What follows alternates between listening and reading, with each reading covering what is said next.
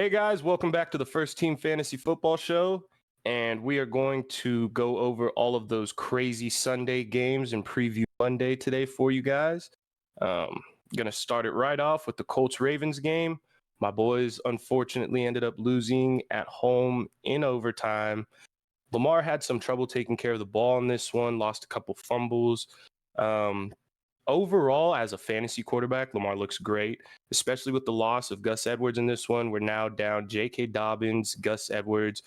Justice Hill's dealing with a toe injury. I don't know when he'll be back, but as long as the Ravens are kind of struggling, like in this running back carousel, Lamar saw 14 carries for 101 yards today, or yesterday rather. And I think we're going to see a lot more of that as the Ravens go through this running back carousel. So you can count on Lamar to get, great rushing yards. He had 22 completions on 31 attempts for 201 yards, didn't throw a touchdown, but he had the 2 rushing touchdowns in this one. So he ended up scoring 28.18 fantasy points. Great Lamar day.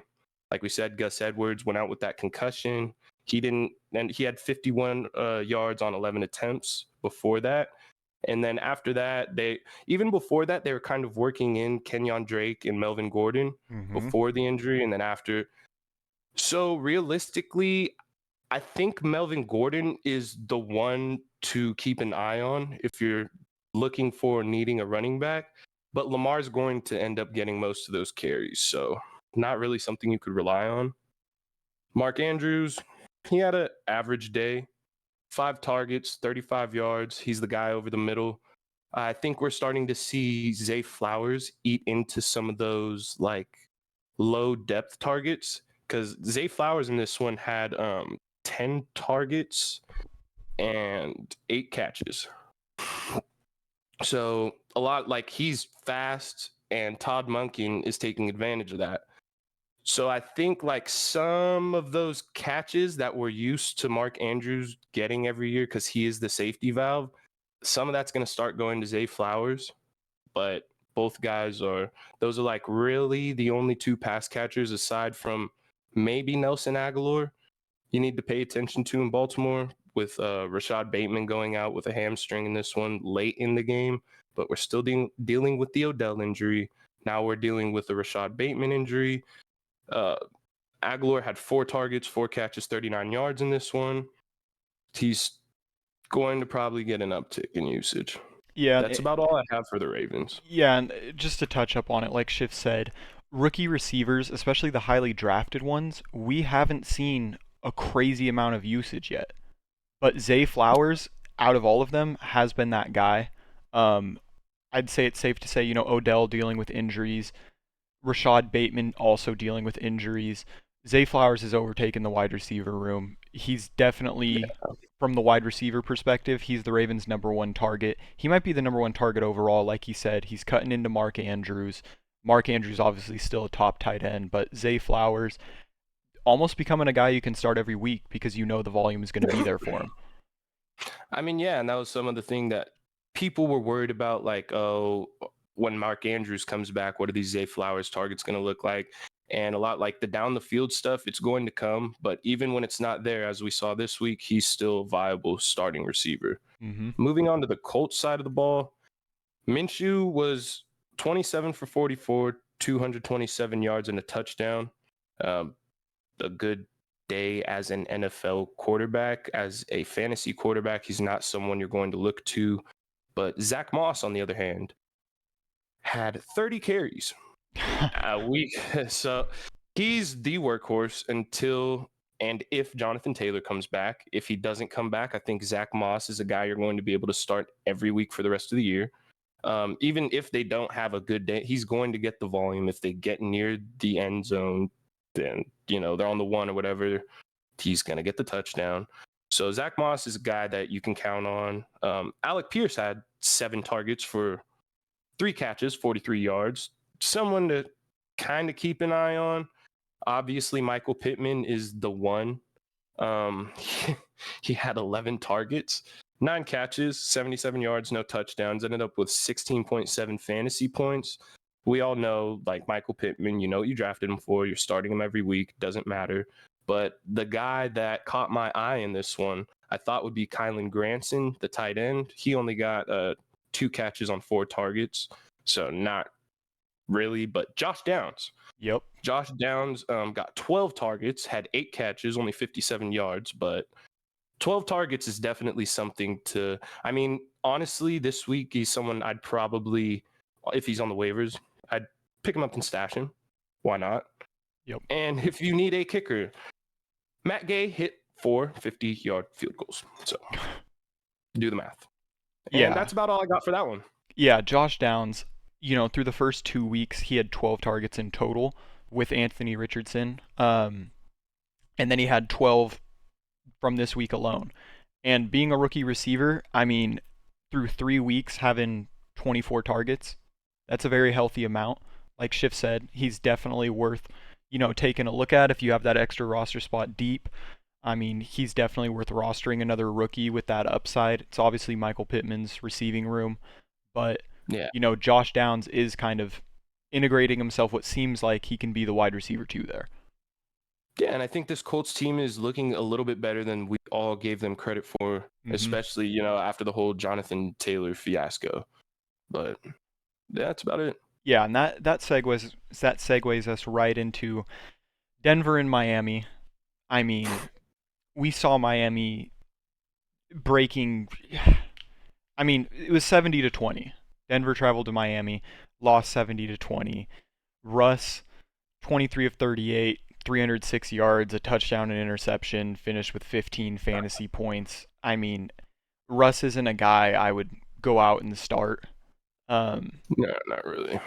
But I will say, matchup dependent. Yeah, matchup dependent. He is playing slightly better than last year. Javonte, 11 carries, 42 yards, 2 catches for 23, 8.5 fantasy points. One thing we did see this week, and it kind of caught me by surprise, was Perine's usage was actually down, which is weird because being down such a high amount, and we saw Perine in Cincinnati being that pass-catching back, but also Javonte being capable of that. We saw less Perine on the field. As weeks go on, I think that gap is going to, create itself a little bit further, kind of how the Joe Mixon Perine usage was. I think we're eventually going to see that. But as of now, I mean, Javonte and Perine. Javonte's a guy, if you're in a 12-man and you have to start him, I guess you can. But even then, he hasn't really had that game where you're, confident he's back to what you'd expect from Javonte. Yeah, I was hoping this week he'd hit versus Miami, but we're still waiting on it. Yeah, still waiting on it. And a guy that has hit this year, which is actually surprising, Courtland Sutton. He's actually been pretty consistent for them. He had 8 catches for 91 yards on 11 targets, finished with 19 fantasy points. I want to say all 3 weeks he's finished above 10. Maybe week 1 he came in just below. But out of the 3 receivers in Denver right now, Courtland Sutton has looked like the number 1. That could be Judy coming back from injury. He finished this game 5 catches, 81 yards, 7 targets, 13 fantasy points. So, I mean, not a bad day for Broncos receivers, but also when you're down 50 points, I assume the defense is, kind of laxing a little bit and letting you get some of those catches, so that's could be why. Yeah. Marvin Mims worth mentioning because he had 3 catches, 73 yards, and as we know, he ran the kickback. Yeah, he had his return. He finished 16.6 fantasy points. He's a guy I'm definitely not starting, but he's really proven himself almost as a boom or bust player. Russ either finds him crazy deep for some huge play or he doesn't, and that's the difference in him scoring double digit and 3 fantasy points a game. Yeah. To touch on like Jerry Jeudy, I know people are probably like seeing the Courtland Sutton like performances the last 2 weeks, and it's like we said, he's getting ramped up. You can't be too worried. You got to remember the injury he came off of in week 1. He didn't play. Week 2, he comes back, gets 68% of snaps. This week, he gets 76%. So he's just going to continually get ramped up. His usage is going to get better, and that he's one guy I'm not worried about, especially like looking at the Broncos offense right now, or their their offense, yeah, it looks better than last year. And their defense is not as, I don't know what happened. They were good last year. They Yeah. played week 1 against the Raiders, only gave up 17 points. So we were like, oh, okay, the Broncos defense is still pretty good. And then they give up 35 points to Washington. They gave up 105 points in the last 2 weeks. To me, that's saying if you have Jerry Jeudy, Cortland Sutton, I'm starting them most weeks because they're going to be down and they're going to have to pass. And Russ is looking capable of doing that this year. So I'm okay with it. Yeah, absolutely agree with that. And moving to Miami, whoever you started for Miami Ah, probably man. had an insane week. Tua, 23 of 26, and as we mentioned, against that Denver defense, 309 yards, 4 touchdowns, 28 fantasy points. I mean, an absolutely nuclear week for Tua that I'm sure a lot of people thought without Jalen Waddle he might struggle a little bit, but he did not at all. Um, the running backs, both of them. Raheem Mostert, 13 carries, 82 yards, 3 touchdowns, 7 catches, 60 yards, another touchdown, 45.2 fantasy points. And Devon Achane, 18 carries, 203 yards, 2 touchdowns, 4 catches, 30 yards, another 2 touchdowns, 51 fantasy points. I don't think I've ever seen combined, they had 96.5 fantasy points from the running back Well, position in yeah, the Miami. running back room had 8 touchdowns. I mean, I don't know. It felt like I was watching football in like 1960 or something. It Yeah. was like 8 running back touchdown. That's crazy. A-Chain is someone like if you have him if you obvious okay, any guy who scores 4 touchdowns in a week, that is an immediate sell high because Hmm. that is a peak people do not often ever reach. But if you like, don't sell them at a discount.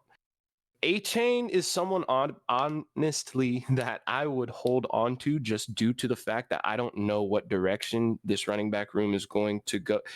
If Mostert happens to get hurt, we see the upside that is possible for a Miami running back. They have an explosive offense like none other in the league. They're going to have touchdown opportunities all the time. I mean, the guy saw 18 carries. So to me, it's like they're going to continually use him. I have no issue having Mostert, A-Chain. I don't know if I necessarily definitely holding on to. It's just like pieces in that offense. Like you want pieces in a good offense that give you opportunities to score that are going to be on the field a lot. So I mean, I like A-Chain and Mostert. When Jeff Wilson comes back, we'll see how that rotation evolves. But for right now, Mostert's an every week starter for me. Yeah, absolutely. And that takes us to the wide receiver room. The only guy really worth mentioning, Tyreek, 9 catches, 157 yards, a touchdown, 30.7 fantasy points. I mean, I don't want to say it's what you expect of Tyreek, but I mean, he is top 3 fantasy receiver in the league. Week in, week out, you can expect these big numbers from him. The other guy, Chosen Anderson, have to give him the mention only because he got found Yeah. deep. Happy to see it. I mean, he had the long touchdown. Obviously, not a guy you're going to roster, start, anything like that, but I had to give him the shout out Nah. because he got the touchdown. Yeah, I mean, he did his thing. And I think we saw, like, with the Niners, and when they missed Ayuk, when the Dolphins are missing either Reek or Waddle, it's going to be more for the guy who's playing, and everything else is going to go to the running backs. Smythe, Craycraft, Brett Barrios, Anderson, they're all kind of just cogs in the wheel, not really guys I'd count on. The ones who are really going to see that production, the running backs and the receiver that's playing. Yeah, absolutely. But that's all I had for the Denver Miami game. All right, moving to the most unlikely upset of the week, probably in all of our minds. The Cowboys went into Scottsdale and got beat by 2 scores. Hmm. I don't think any of us saw this. I mean, the Cardinals have been playing good on offense through the first 2 weeks, but we also saw that Cowboys defense give up a total of 10 points in the first 2 weeks.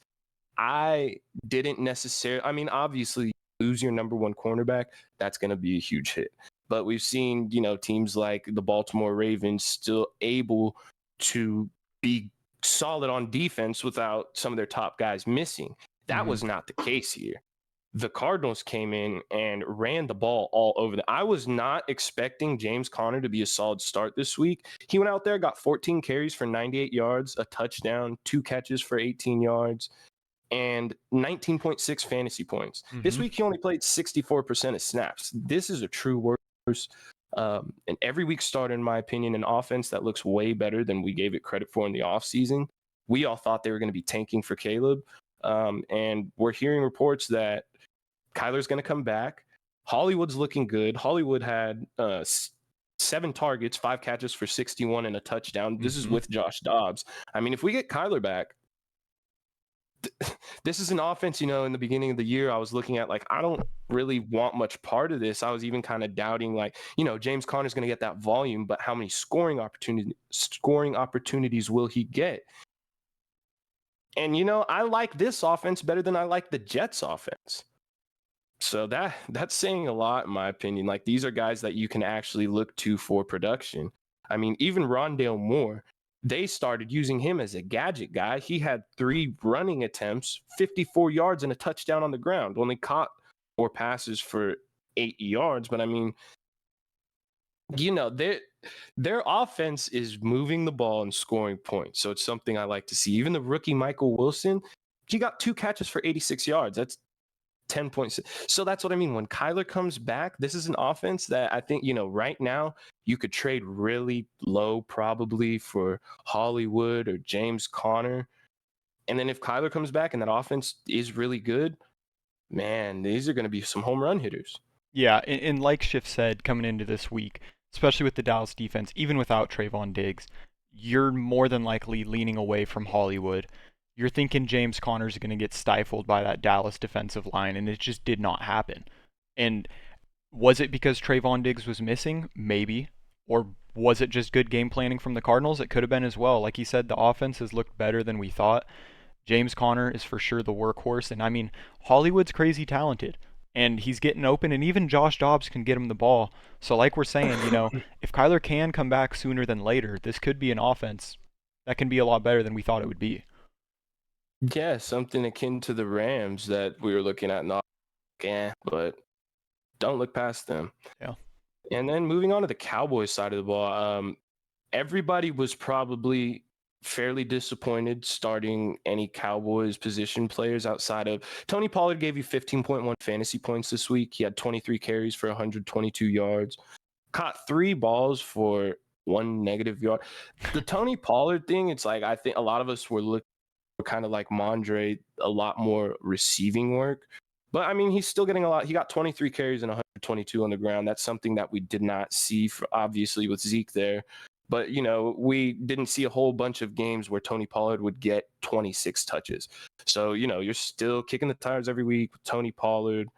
One thing that kind of probably upset Tony Pollard owners this weekend, Rico Dowdle took a little bit of work. He also got 3 targets and caught all 3 passes. He got 25 yards and a touchdown through the air, which I'm sure they would have loved to go to Tony.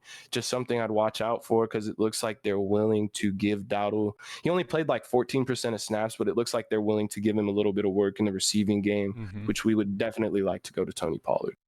CD had a fairly mediocre week. 2 carries, 9 yards, 4 catches, 53 yards on 7 targets. Him, Gallup, and Jake Ferguson all tied for the team lead with 7 targets. Gallup actually led the team in receiving, had 6 receptions, 92 yards, 15.2 fantasy points. It kind of makes me wonder, like, you have CD that you could for sure start every week. Jake Ferguson is looking like a really good every week tight end starter. But the Brandon Cooks, Michael Gallup back and forth, I'm not sure which one I mean, they each got 7 targets, and this should be a good offense. So, Brandon Cooks his production should ramp up. But it's kind of just like Brandon Cooks played 80% of snaps and Gallup played 69%. So it's like there's not too much difference in these two guys to where it's like either one of them is okay to start on any given week, but it kind of just makes me like, which one is going to be one who gets the more production on that given week? So it's like CD, Tony Pollard, Dak's even looking kind of scary right now for starting purposes. and Jake Ferguson. If you want to roll Cooks or Gallup, go ahead. And then the kicker, Brandon Audrey, looks great. Mm-hmm. Another double-digit point week, so he's a guy that you can roll no matter what. And that's about all I got for this game. I was gonna add in Pollard, CD, your definite starters every single week. Jake Ferguson, he's starting to get ramped up more. We saw what they did with Dalton Schultz, and it's starting to see that they may be putting him into that role. He's a guy that's at least worth rostering at the very least. Depends how your tight end room looks, depends on the matchups. He's a guy you can, start thinking about starting every week. And like he said, Brandon Cooks, Michael Gallup, very similar receiver. That's going to be a tough one. I'd like to think Brandon Cooks will separate himself as the wide receiver too, but Michael Gallup's also very familiar with the offense, and if he can stay healthy, I mean, who really knows? Yeah, it just makes it hard because Dak has been throwing to Gallup for multiple years now, and there was like good chemistry in the offseason between Cooks and Dak, but it's something we have yet to see. They weren't really challenged on the offensive side of the ball in the first 2 weeks, and they were offensively challenged this week. Yeah, and that's going to segue us into another game. That's obviously an upset, and just how the game played out was, I would say, surprising to dang near everyone that watched it, and that's the Texans at the Jaguars, beating them 37-17. I mean, this is a Jaguars team that had Calvin Ridley coming back. How they finished the season last year, people were very high on the Jaguars coming into this year, and a lot of that to start it is going to start with Trevor Lawrence. He finished the game 27 of 40, 279 yards. He threw one touchdown and he had one interception, 15.3 fantasy points. He has not played as good as people thought he would. Through the first 3 weeks, he has 18 fantasy points, 9, and then 15 this week. He's only thrown 3 touchdowns through the first 3 games. He's a guy I'm obviously starting every week still, but someone that I'm looking at and saying, not that he's regressed, but hasn't taken the leap forward this year that a lot of people thought he would. Yeah, it's kind of a lot of the same thing last year. Every time, he had a hard time playing the Texans. He scored 4 fantasy points, 10 fantasy points. Now this week, 15 fantasy points against the Texans. And last year it was because he just couldn't throw on them. They were down and had to throw. So it was kind of like, what's going on here? But this is the second time in a row, I think, that the Texans have beat Jacksonville in Jacksonville. Yeah. And what's surprising with Lawrence struggling a bit is ETN did have a really efficient game. He had 19 carries, 88 yards, 4 catches, 50 yards, 17.8 fantasy points. I mean, ETN had a really good week. It wasn't moving the ball on the ground that was their issue. It was mainly their receivers. When you look at it, Calvin Ridley, 3 catches for 40 yards, only 7 points. He had that monstrous week 1, and then and it almost seemed like week 1 they were forcing him the ball a little bit just to get him back into the swing of things. But since then, I mean, he's cooled off pretty significantly. Christian Kirk had 4 catches for 54 yards and a touchdown, 15.4 fantasy points. It's one of those where you take away the touchdown from that, and you're looking at Calvin Ridley and Christian Kirk getting 7 catches combined for 94 yards, and you're kind of scratching your head. I know, like Schiff said, the Jaguars and Trevor Lawrence have struggled against the Texans, but also, why are you struggling so hard against the Texans? I mean, it doesn't make sense. I don't know, man. And the scary thing about it, like I said, they're in a position where they had to pass. And that game, honestly, as a whole for the Jaguars, was just disgusting. They gave up a kickoff return to a fullback. Like that right there just kind of tells you how that week went for the Jaguars. And ETN, you're going to play your running backs against the Texans. That's something since last year that's been kind of obvious. They can't stop the run.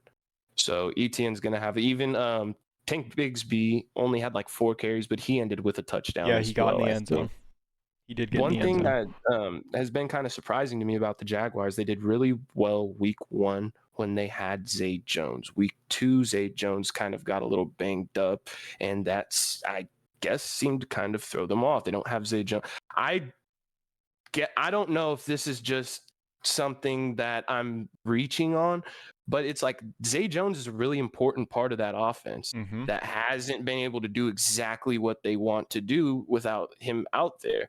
So I think Zay Jones is a big play when he's healthy, just due to what he did week 1 and the ineffectiveness of the offense without him, as weird as that has is to say. Yeah, no, I'd agree with that. And I mean, the one guy who had a really effective week in that wide receiver tight end room is Evan Ingram. 7 catches, 67 yards, 13.7 fantasy points for a tight end, especially how the tight ends have looked this year. I mean, that's a Oh very yeah. solid game for him. Um, the Texans, re- reading through their stats is almost kind of weird thinking about how they scored 37 and won this game by 20. I mean, CJ Stroud had another good game. 20 completions on 30 attempts, 280 yards, 2 touchdowns, 20.6 fantasy points.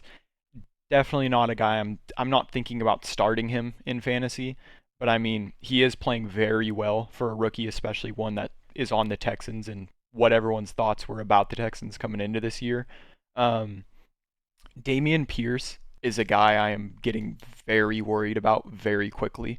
He had another game. He just does not look efficient on the ground at all. He had 14 carries for 31 yards, 3 receptions for 28 yards. The touchdown he scored on the ground really saved him this week. He ended up with 14.9 fantasy points. You take away that touchdown, it's another, single-digit week where he was only putting up 8.9. Uh, Devin Singletary has been irrelevant. I don't think he's making a case for the starting position at all. But if Damian Pierce continues to struggle a little bit on the ground, we may see his usage go up. But overall, the Texans running back room has not looked very productive. Um, the No, highlight, the one thing on that I'd like to touch on is for the most part, I wouldn't say it's been Damian Pierce's fault just because that offensive line has had so many guys out up to this mm-hmm, point this year. The one positive thing I did see from Damian Pierce this year is he finally got above 50% of the snaps, meaning they're starting to move it more towards one guy, mm-hmm, which is better for Damian. He saw the end zone, cashed in that if you him. He's, I'd say I have more confidence going forward with him than I do with Brees Hall. Because, at least in the first 3 games, you saw 11 carries, 15 carries, 14 carries, 2, and 3 receptions. He's getting a decent amount of volume in each game. And if he continues to see above 50% of the snaps, and if that offense stays, hot, then he'll have his opportunities. It'll come slowly, but I think he's a guy that's worth holding on to. yeah, yeah. And for the wide receiver room, Tank Dell was the high point of this game. Woo! He's kind of their deep threat. He had 5 catches, 145 yards, and a touchdown for 25.5 fantasy points. Um, he's definitely someone that's ramping up. He's getting, his usage, even with only 5 receptions, he's that guy, the deep ball guy that CJ Stroud has found. And I mean, outside of Tank Dell this game, you had Robert Woods and Nico Collins. Robert Woods scored 6.4 fantasy points. Nico Collins scored 5.4. And that's kind of what I meant when you look at, Damian Pierce scoring or carrying the ball for 31 yards. You look at Robert Woods and Nico Collins scoring 6 and 5 fantasy points. You have the Tank Dell big game, but you look at the Texans scoring 37 points. And you're kind of like, if you didn't watch the game and you're just looking at these stats, you're like, how did they score 37 points? Because there was no production from the tight end room either. Dalton Schultz not really living up to the hype. I mean, what we saw in Dallas from him, it seemed like, especially with the rookie quarterback and CJ Stroud, that he was going to lean on Dalton Schultz, but it just hasn't happened. Brevin Jordan actually came in and sniped a touchdown from Dalton Schultz. Obviously not a guy you're going to start. But at this point, with the tight end options out there, if you did draft Dalton Schultz, I'd say it's starting to look like time for a replacement. Yeah, it was funny. At one point, we're watching that game, and when Brevin Jordan scored that touchdown, we're like, oh, wait, who's the starting? Is it Jordan Nick? Oh my God, it's Dalton Schultz. Yeah, That's the point we're at. So yeah, that's not very good. yeah. But I mean, that's all I had for the Texans Jags game, unless you had something else to add to it. Nah, not really. You saw his production drop this week. Not something I'd worry too much about, just because from what we're seeing out of that pass attack, I'm pretty comfortable kicking the tires on Nico Collins next week. Mm-hmm. And they're playing Pittsburgh. We just saw, Jacoby Myers and Devontae Adams had an amazing week against the Steelers. Yep. So that's not a pass defense about. Moving on to the Panthers Seahawks game. The Panthers went into Seattle, lost 27-37. Geno Smith had a decent week. He went 23 for 36, 296 yards, a touchdown, and a pick, had 4 rush attempts for -4 yards. He is going to get the ball to DK. He's going to get the ball to Tyler Lockett. You don't know which one of those guys is going to have the better week, but each week you're obviously starting them. Mm-hmm. DK finished this week with 6 catches on 8 targets for 112 yards, 17.2 fantasy points. Gotta love that. No touchdowns this week, but they'll come. Tyler Lockett only caught 3 of his 7 passes for 34 yards, but also had a 2-point conversion, so that put him at 8.4 fantasy points. Not the best game out of Lockett, but you're still going to start him every week. Mm-hmm. Ken Walker had a great week, carried the ball 18 times for 97 yards and 2 touchdowns, had 3 catches for 59 yards, finished with 30.6 fantasy points. Great Ken Walker week. There's not a week you're not starting Ken Walker. It's very clear at this point that Zach Charbonnet will not be taking that job over, even though he had a good week in its own right. 9 carries for 46 yards, 1 catch for -1 yard, but if Ken Walker were to ever get hurt, Zach Charbonnet is going to step into that role and be a great fantasy running back. But for now, it's Ken Walker season. Jackson Smith-Njigba, 1 catch for 10 yards. He will probably get ramped up as the season goes on, but right now he's just a guy you're holding on to the bench. That about does it for Seattle's side of the ball. If you have anything you want to... Yeah, really quick, like he said... Coming into the year when they drafted Charbonnet as high as they did, people kind of thought Charbonnet was going to get more usage early, and that has not happened at all. It is definitely Ken Walker's backfield, unless, if an injury happens, Zach Charbonnet will obviously step into the role. One thing about Tyler Lockett is, week 1, he had 3 fantasy points. Week 2, he had dang near 26, and then week 3, 8. One thing I've loved about drafting Tyler Lockett year in and year out is just his consistency. Every game, he's given you like this 9 to 13, if not more. And at least to start the year, it seemed a bit shakier than that. He only had 4 targets the first game, 10 the second. He had 7 this game. So, his targets are still there. Not someone, like Schiff said, I'm still starting Tyler Lockett every week, but it is worth noting, at least through the first 3 weeks, it's been a bit of a boomer bust for him. Yeah, and as it will be, there's guys like him, Gabe Davis. You got to accept the lows with the highs. Mm-hmm. You panic every week and take them out. You got to leave them in if that's what you drafted them for. Yeah. But yeah, moving on to the Carolina side of the ball, we saw Andy Dalton step in for Bryce Young, and it was very good for the pass catchers in Carolina. Andy Dalton was 34 for 58, 361 yards, 2 touchdowns, no picks. He had 2 rushing attempts for 11 yards. Adam Thielen had 14 targets. And granted, the Panthers aren't going to throw 58 passes a week, so you're not going to see 14 targets for Thielen, 11 targets for DJ Chark, 9 targets for Miles Sanders every week. They're going to be playing from behind, and as long as I don't know if Bryce Young is going to make it back this week on that ankle. If he doesn't, I'm not sure. Who are they playing this upcoming week? They're playing Minnesota. And Minnesota is vulnerable against the pass. So if we have Andy Dalton against Minnesota, I like going Adam Thielen. Mm-hmm. I even like DJ Chark now. DJ Chark, like I said, had 11 targets, only had 4 catches, but got 86 yards and a touchdown for 18.6. Oh, by the way, Adam Thielen, 31.5 fantasy points. Great. Yep. But yeah, 18.6 for Chark, too. So Jonathan Mingo went out with a concussion in this game, meaning DJ Chark is definitely going to step in as that number 2 receiver. And with Andy Dalton, they're going to be playing probably from behind against Minnesota. That's going to be some production. Hayden Hurst only got 3 targets, caught one of them for 11 yards. He's a tight end I'm 100% moving on from. Mm-hmm. Miles Sanders had a good fantasy week, only 24 yards on the ground on 9 attempts, scored a touchdown. Thankfully, Miles Sanders owners are praising God for that. But he also had 5 catches on 9 targets for 38 yards, giving him 17.2 fantasy points. So yeah, it's a good Miles Sanders week. Chuba Hubbard is not someone you're going to have to worry about. He only had 1 attempt for 2 yards, 2 catches on 3 targets for 2 yards. So if you have Miles Sanders, I mean, that's a guy you're rolling every week too.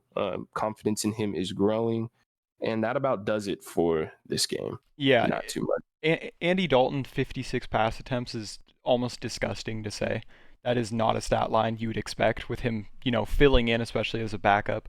Adam Thielen is becoming a guy that you almost have to start.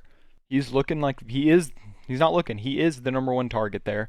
And if he's healthy, I mean, he's putting up the numbers. Traveling back to Minnesota, a bit of a revenge game for him. I mean, I'm rolling Adam Thielen 100%. And, Hayden Hurst had that really good week 1, and then he has really cooled off after that. And the only other thing, after the first 2 weeks, we kind of saw Chuba Hubbard getting a bunch of the receptions and the passes out of the backfield. And then this game, we saw the complete opposite. We saw Miles Sanders getting all of that work. So, I mean, Miles Sanders owners, that is great news. I think, as the weeks go on, Miles Sanders is 100% the number 1 guy that's going to get more and more of the workload. So I'd definitely be happy with Miles Sanders' usage there. Yeah, and then that's really all I got for that game. Yeah, and that takes us into the Atlanta Falcons traveling to the Detroit Lions. The Lions won the game 20-6. And on the Falcons side of the ball, there is not too much to even harp on. Desmond Ridder completed 21 passes on 38 attempts, 201 yards, which is a decent amount of yards for Desmond Ridder, to be honest, but he finished 6.3 fantasy points. Even Bijan, he had 10 carries, 33 yards, 4 catches for 27, finished with 10 fantasy points flat. Not a guy at all I'm worried about him having, a quote-unquote rough week. He is going to absolutely kill it this year, so I'm not worried about him at all. I mean, if a rough week is 10 fantasy points, sign me up. Yeah, exactly. The receiver room, Drake London. I mean, really all the receivers you're going to see it. I mean, they only have 2 real threats there. Drake London finished 2 catches, 31 yards, 5 fantasy points. Kyle Pitts finished 5 catches, 41 yards, 8.7, which has actually been pretty decent for Kyle Pitts, sad enough to say. It's just Desmond Ridder cannot get these guys the ball. I genuinely feel like they should roll Taylor Heineke and just see what he can do. I think he's a little bit more capable of getting the ball to these guys. You have the talent there if you're a Drake London owner, if you're a Kyle Pitts owner. It's just tough. Yeah, it's really tough when your ceiling is capped by the offense. It's kind of like what we talk about with Garrett Wilson, Breece Hall. Bijan in this offense is going to be a lot more a sound choice because of Arthur Smith. Yep. Even when they're down in the game, he's going to stick to his guns. They're still going to run the ball. It's one of those unfortunate things where it's like Carolina. They're going to be down a lot, so you can count on their pass catchers to get production. It's not the same in Atlanta. Even if they get down, Arthur Smith isn't going to abandon his game plan. They lost 20-6. Yep. If you only score 6 points and Drake London only had 3 catches,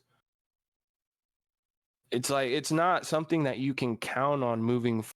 Like that is the most boom or bust. Drake London's either going to have a big week or he's going to get you 5 points. I don't know if Kyle Pitts is going to have a big week at this point. And yeah, it's like you said, at this point, if you have an Atlanta pass catcher, aka one of those 2, because you're not rostering Mac Hollins, you almost want Taylor Heineke to step in. Yep. Because it just does so much more. We saw Taylor Heineke actually give Terry McLaurin and Jahan Dotson some relevance. So, yeah. good luck if you have one of them and you're counting on starting them every week. Seriously though, if you have Kyle Pitts and you're counting on the talent profile. At this point, we're seeing guys consistently get more targets every week. If you want to bench him, maybe don't drop him, but you have to move on. Like, you're hurting yourself. Yeah, and to even harp on that a little more, and this is going to probably even shock you, Schiff. This game also, Jonnu Smith, 5 catches, 37 yards through 3. So the same amount of catches as Kyle Pitts, 4 yards less. Through 3 weeks, Kyle Pitts has 17 targets. Jonnu has 14. Why? Why is Jonnu Smith being used almost as much as Kyle Pitts? That's a question for Arthur Smith, I guess. The Atlanta Falcons are not a fantasy pass catchers. We just have to accept that at this point. There's no getting around it. No, they are not. But the team they played definitely is. The Detroit Lions, Jared Goff, 22 completions, 33 yards. He had a touchdown, 1 interception, and a rushing touchdown, 19 fantasy points. He is a super fringe quarterback to start. If you're in a 10-man, it's like maybe not. If you're in a 12-man, probably so. You're starting him. Amon-Ra St. Brown, 9 catches for 102 yards, 19.6 fantasy points. And we've seen him already, but we saw Sam Laporta step up on the big stage. 8 catches, 84 yards, a touchdown, 22.4 fantasy points. His usage has been there all 3 weeks. I guess we were kind of waiting for the touchdown. We were waiting for the high yardage amount. And without Josh Reynolds, we saw it this week. Sam Laporta was an absolute monster for the Lions. Jahmyr Gibbs played without David Montgomery. And what's weird is he had a good rushing game. He had 17 carries for 80 yards. That's productive. But we only saw him catch 1 pass for 2 yards. And it's not like they were giving those catches to Craig Reynolds or whoever else, the Lions were going to use as the now backup. Jahmyr Gibbs finished with 9.2 fantasy points. Again, just like Bijan, rookie running back, not worried about him at all. Even less worried because he's on the Lions offense, which is super high powered. But, kind of a quieter week for both of them, for Bijan and Jahmyr Gibbs. But again, I'm not worried at all about Jahmyr Gibbs. No, it was honestly a really weird week. Detroit Lions, just due to the fact that, Jahmyr Gibbs gets 9 targets last week, only gets 1 this week. Mm-hmm. And they ran the ball with him 17 times. I don't think a lot of us, if any of us, expecting that. I think we thought Craig Reynolds would step in and kind of take that David Montgomery role, if not a little bit. Mm-hmm. But they seemed very content just hammering the ball with Jahmyr Gibbs, which isn't really what I would have preferred, but he still saw 80 yards. So it's like we see he is viable as a runner, not just a pass catcher, which I do love to see, adding another facet to his game, which I didn't think was the strongest. The weirdest thing in this game to me was through the first 2 weeks, Josh Reynolds saw a total of 13 targets. He played 77% of snaps without a target this week, which I don't know. Maybe that's all like starting to go Sam Laporta's way. I don't know if Josh Reynolds is just I don't know what to say about that one, because each week he's seen above 70% of the snaps, got, like I said, 7 targets, 6 targets, and then 0. So that was a head scratcher, especially coming off a 2 touchdown week. Yeah, absolutely.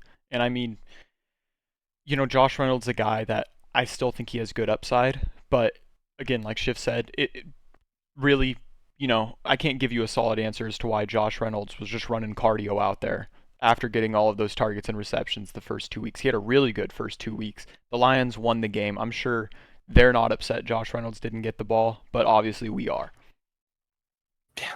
But that's... Yeah, and maybe it's because they weren't put in a position where they necessarily needed to pass the ball as much. So, and to me, I guess that says throwing to the guys who got the most targets, Laporta, and obviously Amon-Ra St. Brown, the most trusted receiver in that receiver room. And then Khalif Raymond was the third in targets, which they've liked him since last year. Not somebody that I would look at in fantasy at all, but just something to keep an eye on more for Laporta's sake. If he's the one in games they don't need to pass that's getting those targets, It's a good sign. Yeah. What do we got next? So that's all you have for that game. We have the Patriots at the Jets. Oh no. We had a total of 25 points scored in this game. Patriots beat the Jets 15-10. I don't have too much to say. Both teams have good defenses, so you knew you probably weren't going to get the best production out of Mondre this week, and you didn't. He got 19 carries for 59 yards on the ground, only 4 targets that he caught one of for 3 yards. That's something that I think is very concerning. Mondre owners is the targets were something coming into. That's why he was getting drafted where he was. Yep. But it's something that you're not really seeing as much. And with him getting those 19 carries for 59 yards, Zeke got 16 for 80, and he got 1 catch for 7 yards. He had more fantasy points this week than Mondre. He had 9.7. Mondre had 7.2. I don't know if I'm worried per se, because this is definitely a week. I mean, you're not going to want to throw the ball as much against the Jets defense, especially when you don't have to, because they're not beating you. And Zeke's a very good downhill runner. But how many times is it going to be like this? How many times is that Patriots defense going to be in a position where they don't have to pass the ball? I mean, Mac Jones threw it 29 times this week, 15 for 29, 201 and a touchdown. But it showed, like, Hunter Henry, he didn't get that touchdown this week. He only got 5 targets. 5 targets, 2 catches for 17 yards. Disappointing week for Hunter Henry.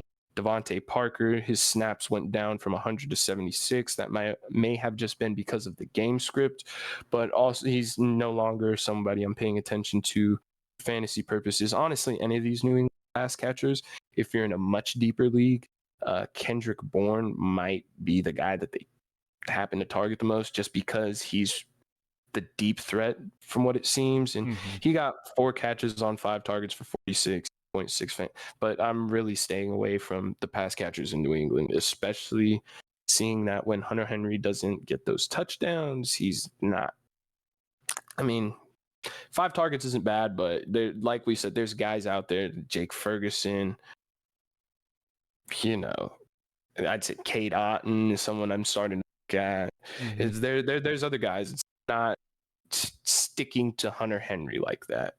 And that's really all for the Patriots side. I mean, Juju had 1 catch on 3 targets for 5 yards. That's a lot of money for catch. Yeah, and we even talked about it in the last episode, was, Hunter Henry had 2 touchdowns through 2 weeks, which is as many as he had all of last year. His sustainability at that is just, it's not there, especially, with the Patriots offense. Mac Jones isn't going out there throwing 3 touchdowns a game. So Hunter Henry, and it's a good Jets defense, but Hunter Henry's a guy where you're going to see if he gets the touchdown, he's going to have a really good week, but when he doesn't, you're probably going to see weeks like this. And that's what happens in fantasy football. When you chase touchdowns, a lot of times you get burned more than you want. The things that you chase are targets and involvement in the offense, receptions. Like, touchdowns are not a sticky stat. It's like we talked about with guys like Kyron Williams, who had 4 touchdowns through the first 2 weeks. Some of those touchdowns are going to start going to other players. So you got to be ready for when they do. And if they're not getting the volume outside of those touchdowns, this is what happens. Yeah, and the last thing for Ramondre, last year with Damian Harris and all those injuries, you saw him get all of this, just all the workhorse, everything like that. But then in the offseason, Mondre himself is saying, he doesn't want to have to do that workload. And that's a red flag when the guy himself is saying, I don't want to have to carry the ball 20 times, catch the ball 8 times out the backfield a game. They go out and get a guy like Zeke. I mean, hate or love Zeke at this point in his career, he's a guy who normally stays healthy. And he's a guy that's going to eat into the carries.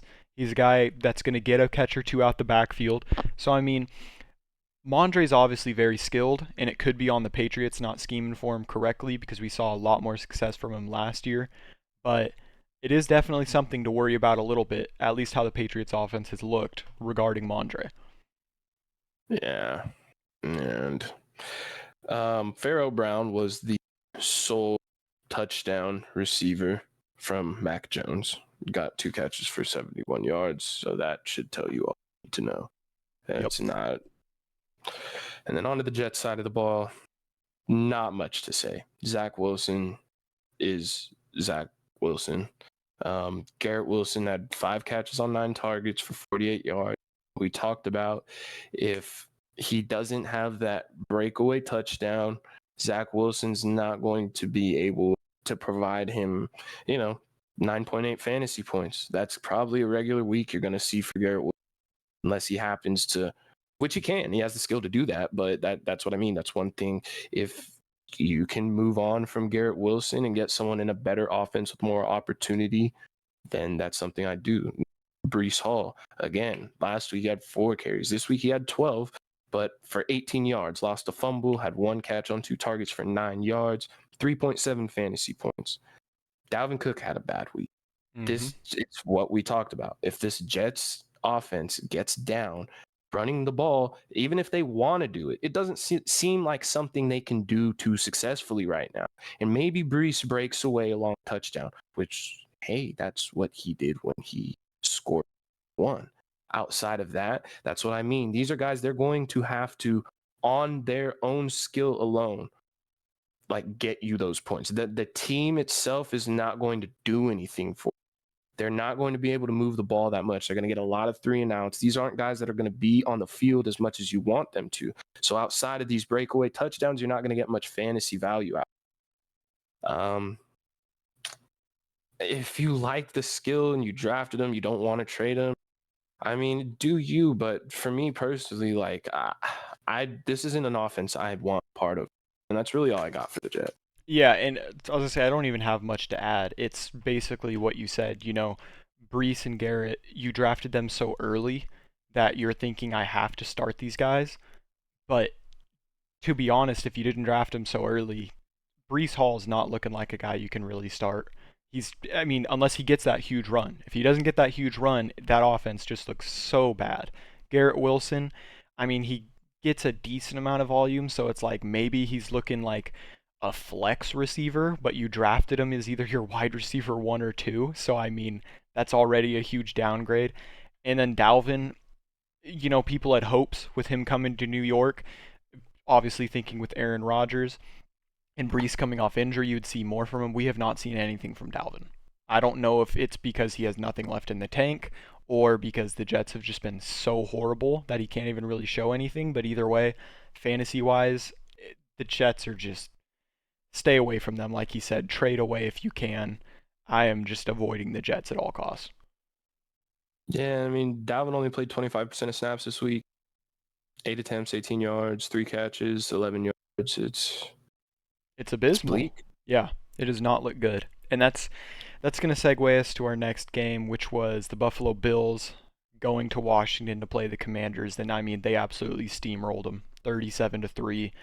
The Bills' offense looked good. You had Josh Allen, 20 of 32, 218 yards, a touchdown, an interception, 3 rushes for 46 yards, another touchdown on the ground, finished with 22.3 fantasy points. He had a solid week. The Commanders do have a solid defense, so only 218 yards through the air, but when you're winning a game 37-3, you don't really have to pass more than that. And I think the Bills had multiple defensive scores in this one. Yeah, so multiple defensive scores. Josh Allen didn't have to do too much through the air at least. James Cook had a very solid game. 15 carries, 98 yards, 2 receptions for 14 yards, 13.2 fantasy points. Where you drafted James Cook, if he's giving you 13 points a game, you are more than happy with that. That's just solid. Yeah. You drafted James Cook around the area, Dobbins, guys got he's given me 10.3, 19.9, 13.2 points a game so far. And hey, that's solid. The Bills love him. He's getting the usage. If the touchdowns come, the touchdowns come. Yeah, absolutely. And Stephon Diggs had a Stephon Diggs game, 8 catches, 111 yards, no touchdowns, still finished with 19.1. Very solid. Gabe Davis had a very Gabe Davis-esque game. Only had 1 catch on 4 targets for 35 yards, but got the touchdown. So he finishes 10.3 points, and that's what you expect. When we're talking about Tyler Lockett, we're talking about Gabe Davis. They're those guys. They're either going to get you those mid-tier points, higher tier points. Gabe Davis, his explosion is so high. His sky is so high. He always has a game. He gets 2, 3 touchdowns, 30-something points. But he's going to give you the games where he gets, 4 or 5 points as well. But that's what you deal with a player like that. The tight ends were super quiet in this one. Kincaid finished with 2.3 points. Knox finished 2.1. Kincaid was on the field for 51% of snaps. Knox was out there for 60. I mean, when they drafted Kincaid where they did, people were assuming, oh, he's just going to be the number one there. They're moving on from Knox, but we've seen him run a lot of 2 tight end sets, which they never run before. So Kincaid and Knox fantasy-wise, as of now, I don't really like either of them to start for me. Maybe as the season goes on, Kincaid does create a bit of separation. But as of now, I'd say, Knox is still out there at least half the snaps, so it's tough to, put all that faith in Kincaid. Believe it or not, the highest fantasy scorer for the Bills was their defense. I'm sure you can believe that. No, yeah, you get multiple touchdowns, yeah. Yeah, the Bills' defense gave us 33 points. So, I mean, kind of similar to that Dallas defense when they gave us 40. It was a huge week for the Bills. But yeah, and Sam Howell had 4 interceptions. Yeah, and did you have anything for the Bills before we went into the Commanders?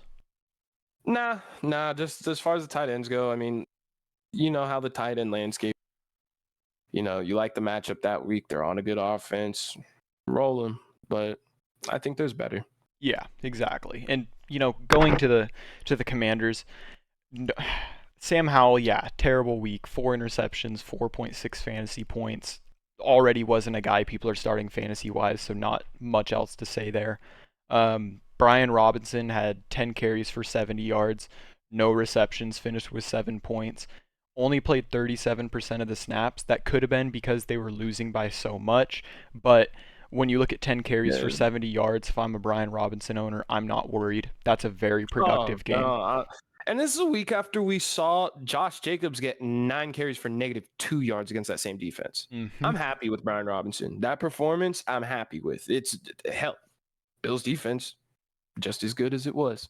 Yeah, and with Brian only playing 37% of snaps, you saw a big increase for Antonio Gibson, at least snap percentage-wise. He only had 2 carries for 17 yards, 3 catches for 7 yards, finished with 3.4 points. He played 61% of the snaps. So he was out there, but they weren't using him too much. If I'm a Brian Robinson owner, it's obviously still his backfield. If you're an Antonio Gibson owner, it almost might be time to drop him. Gibson owner, this is the week that shows me that, because this is the perfect game script. This is the Antonio Gibson game script. They're down. He's the pass catcher, and you didn't get remotely what you wanted out of that. And Antonio Gibson's a guy, he was Robinson in drafts. He was going around the same, James Cook, Miles Sanders. Oh, that I feel very bad for all the people who drafted Antonio Gibson, because I mean, they're just showing week in and week out. Brian Robinson's the guy, and I don't know, maybe Antonio Gibson just doesn't have the juice left. Yeah, that very well could be it. And I mean, it wasn't a good week. That old. No, he's 24, 25 years old, but he just I don't get it. He can't hold on to the football. I mean, and with running backs that can't, you have, a guy like Melvin Gordon, career has had issues holding on to the football, but he was also extremely talented in, his younger years. Antonio Gibson just has not shown that talent level to where, you can overlook those fumbles. The receiving room, no one really had a good week. Scary Terry, 6 catches, 41 yards, 10.1 points. But then you look at, Jahan Dotson, Curtis Samuel, just tough weeks. Jahan Dotson, I'd say people were super high on this guy coming into this year, and I think he's talented. I don't know what it is, but Sam Howell has not gotten him the ball how people thought. I mean, Jahan Dotson's probably a guy you're still keeping on your deep bench, but it's nothing more than that at this point. If he has a couple more of these tough weeks, you almost might look to move on. If he starts showing some progress, maybe you can bump him up on your bench depth chart, but no one else other than Scary Terry is even worth considering starting at this point.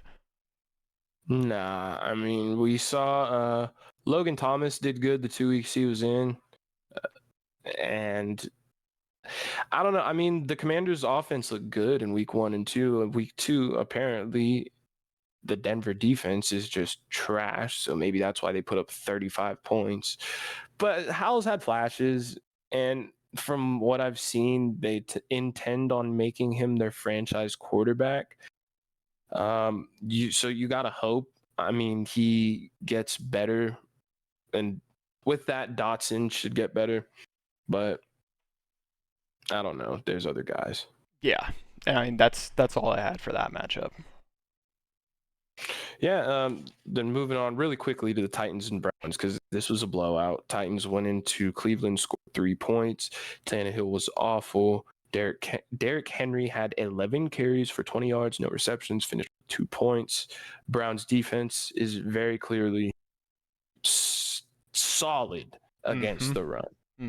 So be very careful starting your running backs against the Cleveland defense. D-Hop finished with 3 catches on 7 targets for 48 yards, 7.8 points, nothing to write home about. Treylon Burks, droppable points, 1.5 fantasy points, 1 catch on 6 targets for 5 yards. Chigakonkwo, 3 catches, 4 targets, 7 yards, 3.7 points. And I mean, Tyjae Spears had 4 catches for 3 yards, 4 attempts for 6 yards. He's starting to, I guess, eat into Derrick Henry's workload a little bit, probably just because of the age. And yeah, this isn't a good offense. It really isn't. Treylon Burks not someone I'm looking at. Chigakonkwo not someone I'm looking at. If you have D-Hop, I'm worried. And that's all for the Titans side of the ball, honestly. Yeah, you know, Titans fans or fantasy owners, both of you, Tannehill's he just doesn't have it anymore. If you're a D-Hop, Yeah. if you're a D-Hop owner, if you're a Derrick Henry owner, maybe you're hoping, oh, we'll look to Malik Willis, we'll look to, I don't know how I'm blanking on the name of who they drafted. Will Levis. We'll look to Will Levis. Yeah. We'll look to one of those. But even them, I don't think they're going to really give you much more. Derrick Henry, I'm not going to say it could be the end of his run, but he just maybe doesn't have what he had before to really just carry that offense. So you're seeing that extreme drop in his production. And I mean, he's had tough matchups, but I'm sure he's going to have a couple good weeks, but I just don't think he's going to be the Derrick Henry that, everyone knows and loves. Well, yeah, and last year kind of put him over the top because he had some reception point in his career, and they brought in Tyjae Spears. Tyjae Spears got 4 catches. Derrick Henry didn't get 1. So, I mean, if you can move on from Derrick Henry, like people are going to want Derrick Henry just because of the name value. Yep. So if you can make a trade to a running back in a better situation, like if you can go out and get, like it might be hard to get Tony Pollard this week, especially after such a bad week that Derrick Henry just had. But, a guy in a better offense that has a chance, like Jonathan Taylor, if you can go out and get a Jonathan Taylor right now, because he's not playing, if you can go out and get maybe Alvin Kamara just because that pass catching will be there. It's just this offense doesn't look good, which in an offense that doesn't look good, the scoring opportunities are going to be limited. Yeah. And that's about it. Yep. For the Browns side of the ball, Deshaun probably had his best game of the year so far. I mean, that's obvious enough. He was 27 for 33, 289 yards, 2 touchdowns, ran the ball 4 times for 16 yards, finished with 21.16 fantasy points. So for a Deshaun owner, like we said, if you're going to start him, this was the week. It's a run funnel or a pass funnel defense. And hey, Jerome Ford, guy, they're going up against the number 1 run defense. Probably don't start him. Well, he finished with 10 attempts, 18 yards, but got that nice touchdown. Looks fast as he did last week. Got 2 catches on 3 targets for 33 yards and another touchdown. So he finished with 19.1 fantasy points. He's going to be the starter. Like I said, running behind a good offensive line. They play the Ravens this upcoming week, and we saw what Zach Moss just did to the Ravens. So I am starting Jerome Ford this week. Amari Cooper did what we thought he would do. Came out, got 7 catches, 116 yards, and a touchdown. Should have been 2 touchdowns. Got robbed by the refs. Won't talk too much on that. I know that hurt you, Derek. Yep. Elijah Moore, a guy that, we said it's going to be a week they have to pass the ball. Elijah Moore got 9 catches for 4 yards, finished with 11.8 fantasy points because he happened to lose a fumble. And then Njoku, I'm starting to get more worried about. He had 4 catches for 20 yards, only 6 fantasy points, and in a week where you think they're going to have to, and they did, they had to pass the ball a lot more. He only got 1 more target than Jerome Ford. So Njoku's a guy that I'm comfortable benching or moving away from. And I know everybody wants to hear how Kareem Hunt did. He got 5 attempts, 13 yards, 2 catches for 22 yards. He will be there. He will not be the number 1 running back at any point. But obviously, if Jerome Ford were to go down, Kareem Hunt's going to be the guy. So that's all for that game. Yeah, Not too much. and they had a really good game. Deshaun possibly coming into his own, didn't get much play coming into this, and I think the more you see him on the field, I would assume the better Deshaun's going to get. It was kind of a confidence builder for them to go out and have Deshaun have a game like he did. Amari Cooper's going to be Amari Cooper. He's the number 1 there. You can expect very consistent, solid numbers from him. Jerome Ford, he's still a guy I'd say if you can sell him really high, because the hype, especially, he gets the 2 touchdowns. If you can sell him really high, and we're talking really high, you go out and sell him. But if you're happy keeping him, definitely you can roll him out there. It was a tough Titans defense, run defense, and that's why he got stifled a little bit. But Kareem Hunt's not going to come in and take the job from him. He may take a couple carries, a couple receptions here, but Jerome Ford's going to be the guy there. So, I mean, obviously, hold on to them if you'd like. If you can sell them crazy high, go ahead and do it. Njoku, the tight ends everywhere have looked very skeptical. Njoku's one of them. I mean, he's one of those tight ends where it's almost a crapshoot on who you start, who's available when you're looking at them all. But if you can go out and grab like a Sam Laporta, a K-Dot, and one of the younger guys, kind of roll the dice on that, that is kind of looking like a better option at this point. Yeah, 100%.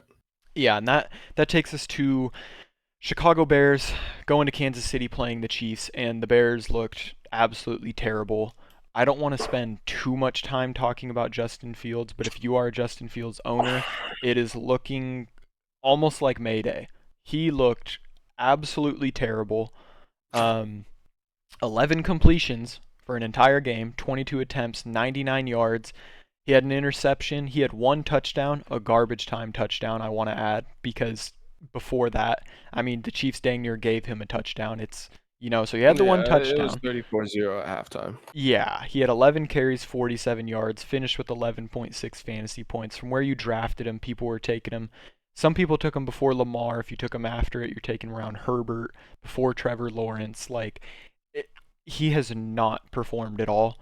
And they went out and got him the weapon. I mean, DJ Moore is finishing with 3 catches, 41 yards, and a touchdown. We're living in a world where it looks like Sam Darnold had more success getting DJ Moore the ball than Justin Fields, which is just scary times. And no one on this offense is looking very good. You have Khalil Herbert and Roschon Johnson are looking bad and worse. Khalil Herbert has not taken over that backfield how people thought he would. He's not been productive. I mean, Roschon's been more productive than him, but even then, neither of them are showing me anything to where I'd want to start them. Oh, yeah,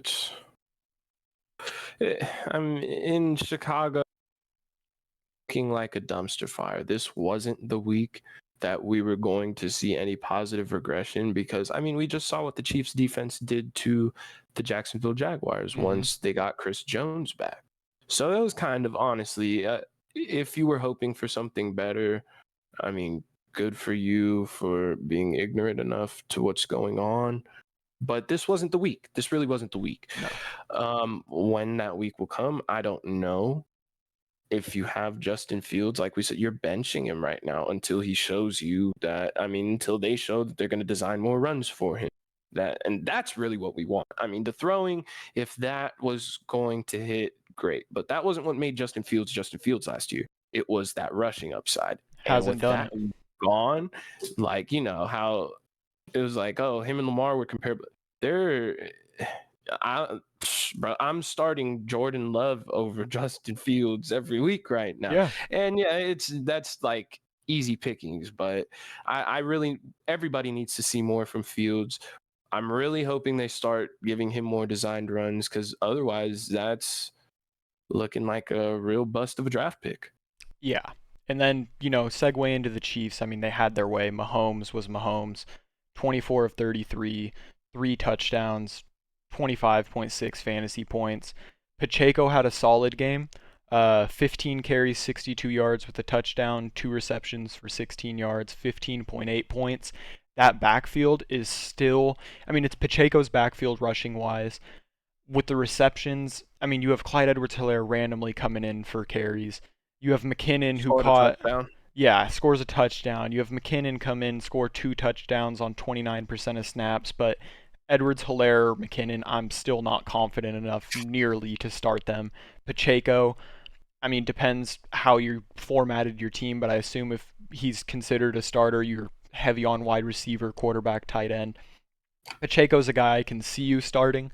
Um, Not a single receiver I am even thinking about starting there. You see flashes from Rashee Rice, you see flashes from Sky Moore as their top two, and then you have Kadarius Toney and Justin Watson below that. But even then, I mean, maybe Sky and Rashee are worth rostering super deep on that bench, but I'm not starting any of them. And then, I mean, Travis Kelce, you don't need to say very much. 7 catches, 69 yards, a touchdown, 19.9, so basically 20 fantasy points. He's a guy, obviously, best tight end in the league. You're starting him every week. Not much to say about him.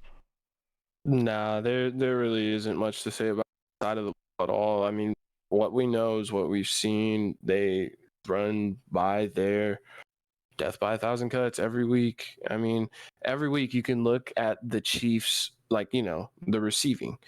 You got Kelce 7 receptions, Rashee Rice 5, Justin Watson 2, Sky Moore 4, Marquez Valdez-Scantling 1, McKinnon 3, Pacheco 2, Noah Gray 1, Edwards-Helaire 1, Justin Ross 0 on 1 target, Kadarius Toney 1. Yep. You can't count on that. Nope. You can't. You don't know which one. You start Kadarius Toney this week, and then you look up and Justin Watson has 2 catches for 51 yards. Yep. You're never going to be happy starting. I mean, maybe you hit the lotto that week and you start Sky Moore and he gets 2 touchdowns, but you just don't know. And you can't pretend like you do know. You have him in best ball, good for you. If not, stay away, please. Yep. But I mean, that's all I had for that game. It was a blowout. Chiefs look good. Bears look terrible. Yep, nothing new. Moving on to the Saints-Packers. This one kind of sucked because we lost Derek Carr in the third quarter. And honestly, at that point, the Saints were controlling the game. They were up 17-0. Everything was going the Saints' way. He goes out. Jameis comes in. And, they lose the game. Derek Carr, before he went out, was 13 for 18, 103 yards and a touchdown. It really sucked to see. I hope he gets better. The running backs in this one, Tony Jones Jr. had 8 attempts for 31 yards, 4 catches for 21, 9.1 fantasy points. If you started him, you didn't have the worst day if it was PPR. Michael Thomas, 11 PPR points, 6 catches, 50 yards, 9 targets. It's the Michael Thomas week. Yep. You're not going to get the big splash. You're going to get about 9, 10, 11 fantasy points out of Michael Thomas every week. Chris Olave had a Chris Olave week, 8 catches on 11 targets for 104 yards. Chris Olave, it does not matter who the quarterback is. If it's Jameis Winston, he's going to get the ball. If it's Derek Carr, he's going to get the ball. So he's like quarterback proof in that offense. Kendre Miller, 9 attempts, 34 yards, 1 catch, 0 yards. His run, I don't want to say it's over because he's a rookie, but they have Alvin Kamara coming in this next week. Alvin Kamara is going to take over. And, Kendre Miller didn't do anything so amazing this week that they're probably even going to think about starting him over or like giving him a big chunk of Kamara's work. Yep.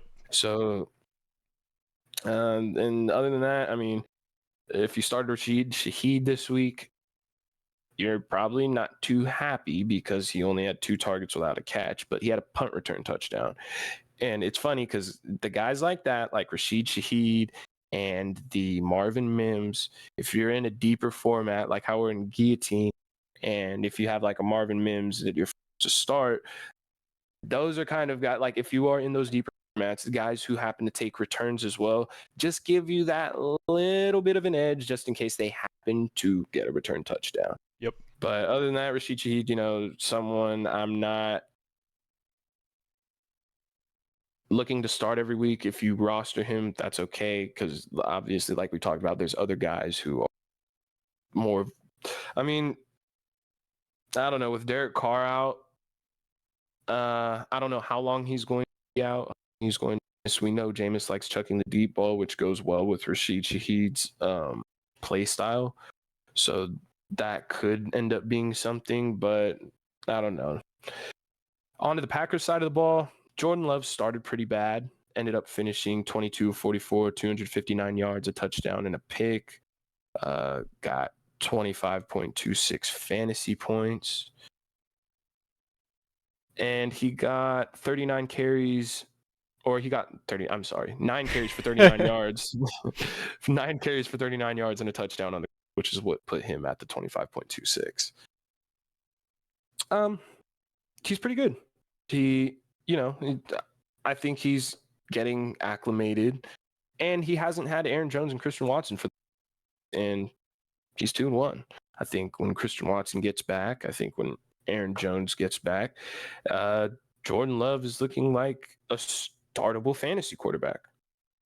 And like we said, Aaron Jones didn't play. AJ Dillon, dog water, 11 He is attempts, trash. 33 yards. He is not worth starting even if Jones is out. Guys, AJ Dillon is someone you can totally. He didn't get a single target. He's not looking that good. He got benched at some point in this game. Yeah. AJ Dillon's not a guy that I'm looking to pivot to, even if I have a guy injured. Like you said, if you have Aaron Jones, if Aaron Jones doesn't play another snap for the rest of this year, I'm not playing AJ Dillon. That's the confidence level right now. If he goes on and gets better and earns more, like he can't even earn a target. I'm over it. I'm done with AJ Dillon. It's the same thing we saw last year. It's going to be this 1-2 punch, and AJ Dillon doesn't do a single thing. And we come into this year, he's got opportunities with Aaron Jones missing time, doesn't do a single thing. I'm done with the AJ Dillon experiment. Mm-hmm. Christian Watson didn't play. Jaden Reed ended up with 9.3 fantasy points, 3 catches on 7 targets. When Christian Watson's out, him and Romeo Doubs will continue to see that uptick in usage. This week was the Romeo Doubs week. He got 12 targets, 5 catches, 73 yards and a touchdown, finished with 18.3 fantasy points. That's kind of one of those ones where, I mean, it might get to a point where this is an offense where if you have Jaden Reed, Christian Watson, or Romeo Doubs, they're all guys kind of worth holding on to. It seems like a pretty decent offense. But yeah, the 19 targets between Jaden Reed and Romeo Doubs this week. Luke Musgrave, another sneaky tight end. This is a guy who finished with 8 targets, 6 catches, 49 yards. But throughout the first 2 weeks, he has, let me see here. He finished with 8 points week 1, had 4 targets, catches, 2 catches on 3 targets for 25 yards week 2. Didn't do so well. And then 8 targets, 6 catches, 49 yards this week. You like the targets, like I said. Maybe that changes when Christian Watson comes back, but this is a guy that they've been talking so highly about. So, the team likes him. His targets are going up. A guy that, rather than like Hunter Henry, I might start taking a look at Luke Musgrave. Yeah. Other than that, go ahead. I was going to say the Packers wide receiver room, and it feels weird to say, but they, to me, feel like a super upgraded fantasy-wise Chiefs wide receiver room, where when Christian Watson comes back, him, Jaden Reed, and Romeo Doubs are going to do better than Chiefs receivers do, but you never know which one's going to catch the touchdown. Last week, it was Jaden Reed. He had a really good week, and people are thinking, oh, Romeo Doubs, I can start him. Doesn't get the touchdowns. This week, Romeo Doubs gets the touchdowns. He has a solid week, and after last week, speaking for myself, started him last week, doesn't get him. Bench him this week, and he gets him. 5. Yeah, he got me 5, but that's what I'm saying. From a starting receiver, it's like 5's not very good. So no, it's not. But it did give me confidence to see like Jaden Reed, who didn't get the touchdowns this week. He still kind of got 9.3 points. Yeah. That isn't gonna kill you, and that that's good to see. That you want to see guys kind of get there without the touchdowns. When they don't have the touchdowns and they have a terrible stat line, then it's like, I'm not so sure. But like him, Luke Musgrave, the 8 targets, he ended up with 10.49 fantasy points. And or 10.9 fantasy points. And that's something like it gives me confidence that there's guys who can finish well without scoring touchdowns in that offense. So they're guys that I'm not scared to roster or even start on some weeks. No, but other than that, I don't have anything else for this game. Yeah, and that'll take us into the Sunday night game. The Steelers traveled to Las Vegas, beat the Raiders 23-18. Kenny Pickett, I mean, he had a solid game. 16 of 28, 235 yards, 2 touchdowns, 18.5 fantasy points. I mean, I don't think Kenny Pickett's a guy you're starting in fantasy, but, against a weak Raiders secondary, he had a solid week. The Steelers' backfield, I want to blame it on the O-line, and it probably is the O-line, but their backfield just hasn't shown that you can start these guys week in, week out. Najee's almost at the point where you need to bench him. Like, you absolutely need to bench Najee. He carried the ball 19 times for 65 yards. He finished with 6.5 fantasy points, and I mean, this is against a Raiders run defense that James Cook just carved up. The Raiders defense isn't very good, and I'm sure Najee owners were hoping this will be the week he breaks out and kind of shows, maybe turns the page, but he did not do that. Jaylen Warren carried it 8 times for 29 yards, had 3 receptions for 23 yards, finished with more fantasy than Najee due to the catches, with 8.2. And that snap count, we're looking just about even. Najee was out there 50% of snaps, Jaylen Warren 45. So, the Steelers running back room closer and closer. Yeah, every week. And he'll get there if Najee keeps showing, he just doesn't have it. He just looks slow out there. The Steelers receiver room. They had Jaylen Warren out there pass blocking more than Najee. Yeah. No, they absolutely did. And I mean, this is definitely going to take a turn. Yeah. Yeah. And when that'll happen, who knows, but it will happen this year. It definitely seems like it'll happen this year. Steelers receivers, George Pickens was the only notable one. He had 4 catches for 75 yards, 11.5 points. Obvious, I'm talking fantasy-wise, I only say he's the only notable. Calvin Austin got loose deep, gets you that deep touchdown, but is he a guy you're going to start in fantasy? Probably not, depending how deep the league is, I guess. Yeah. And Allen Robinson, after that monster week 1, or I don't even want to say monster, but for what we've seen from him in the past couple years, very good week 1. He's kind of regressing back into what we expected from Allen Robinson. And I know Deontay's on the IR, but when Deontay returns, it's just going to get worse for Allen Robinson. So he's definitely not a guy I'd even think about starting either at this point. No, I like Calvin Austin more than I like Allen. Calvin Austin has shown the ability to take the top off the defense, and that's going to provide. I mean, did he not finish with more targets than? I would have to look, but I want to say that he did. So yeah, it's like he's younger, he's fast. He provides more to that offense. Allen Robinson gives you like the little 5-yard catches here and there if he's open, but yeah, Calvin Austin's someone worth taking a look at the very least, especially while Deontay's out. I think when Deontay comes back, he'll take that number 1 role, and George Pickens will kind of be that guy. But I don't know. We'll see how they continue to use Calvin Austin as the season goes.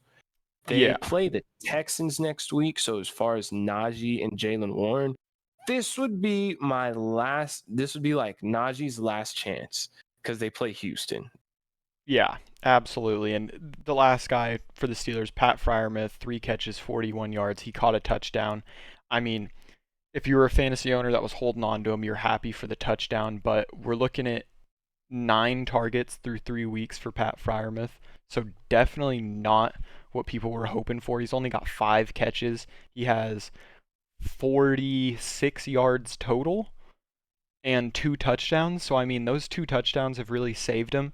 Like we've been saying about Njoku, people like that, for whatever reason, as of now, it seems like the Steelers aren't going Freiermuth's way like they have the past couple years. So, I mean, there are probably better options out there for you to look at. Yeah.